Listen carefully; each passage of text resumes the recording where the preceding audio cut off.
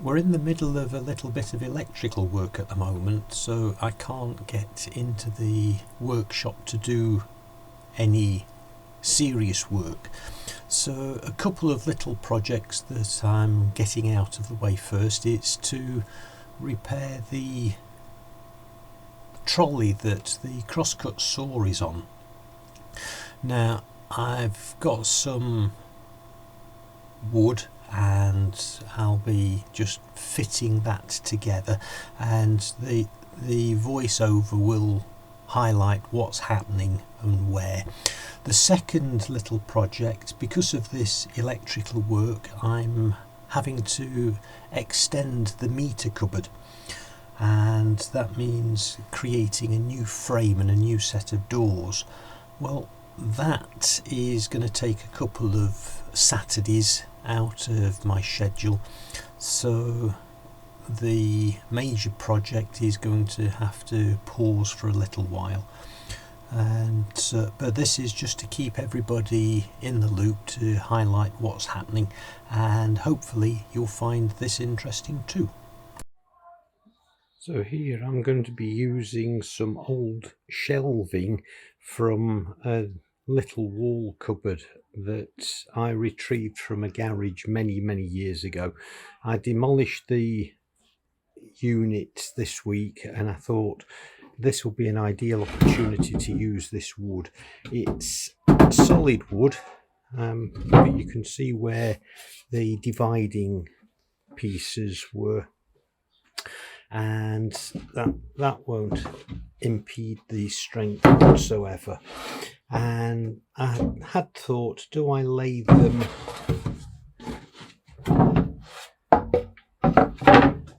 that way?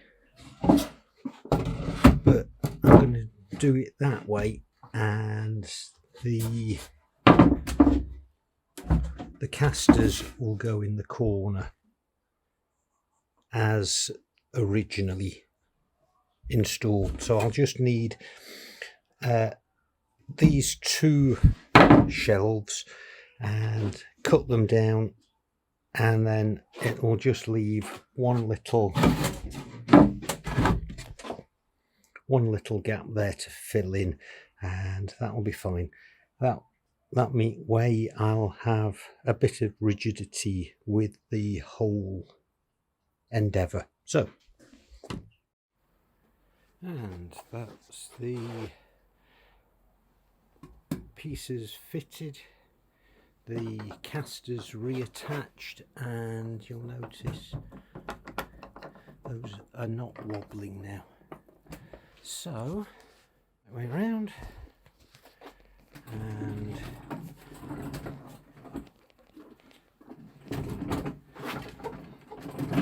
that's moving very nicely, and just got to put the crosscut saw back on top. Now here I've got the meter cupboard, and you'll see it's absolutely jam-packed. The reason I'm having to alter things is you'll notice on the left hand side of the cupboard there is a new consumer unit that is actually sticking out, and the sliding doors, they've never been satisfactory anyway, but I need to put a new frame around the whole of that new junction box, and then put better doors in as well. Now what I'm doing is screwing 2x1 battens. Well, strictly speaking they are 55 by 30 battens onto the existing frame. It's a long story, but I had the woodyard cut some large pieces down to 55 by 30 with a view to then thicknessing those to 50 by 25, and I never got round to it. So I've got these oversized pieces, these battens that I can use.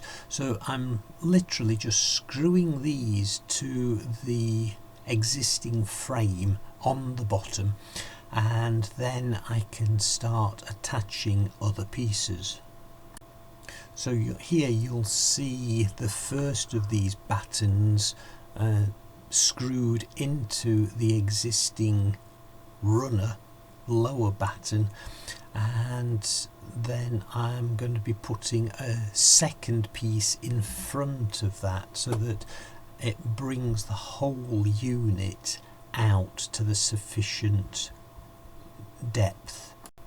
And here at the side of the new consumer unit, you'll notice that I've already drilled one of the fixing holes, and that's to take the upright, so that the bottom of the new cupboard will be solid because that's fixed to the existing framework.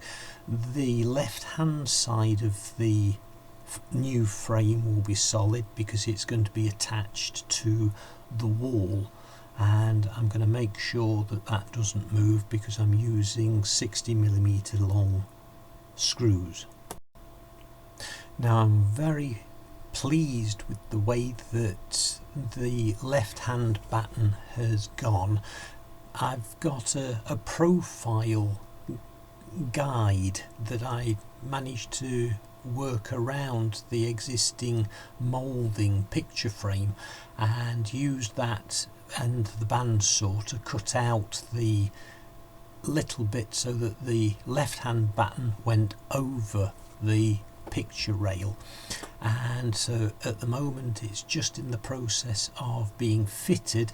And you'll notice that I've also cut half joints on that upright so that it takes the existing bottom batten and then also the top battens as well, and that way I can screw into the whole unit from the blind side.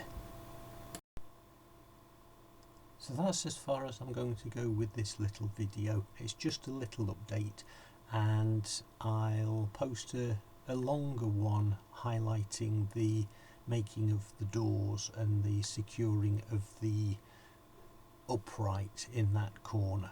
So thanks for watching, and I'll see you next time.